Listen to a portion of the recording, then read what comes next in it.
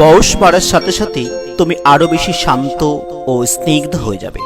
তখন অযথা কারো উপর রাগ করে নিজের পুরো দিনটা নষ্ট করতে একদমই ইচ্ছে করবে না। বয়স বাড়লে তোমার যাবতীয় চাওয়ার ইচ্ছাগুলো ক্রমাগত কমে আসতে থাকবে।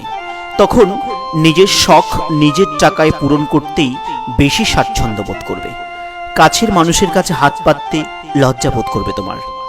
বয়স বাড়লে তুমি সাধারণ খেটে খাওয়া মানুষকে একটু বেশি সম্মান করবে। বয়স বাড়ার কারণে তোমার বন্ধু মহলে যাতায়াত একটু হলেও কমে যাবে। অযথা ভিড়ে তুমি নিজেকে একদম স্বাচ্ছন্দ্য বোধ করবে না, কারণ তখন তুমি শিখে যাবে যে কোলাহলে কিছু অর্জন হয় না বর্জন ছাড়া। যার সঙ্গ তোমার ভালো মানুষ বানাবে, তুমি তাকেই তোমার জীবনে অধিকতর প্রাধান্য দেবে।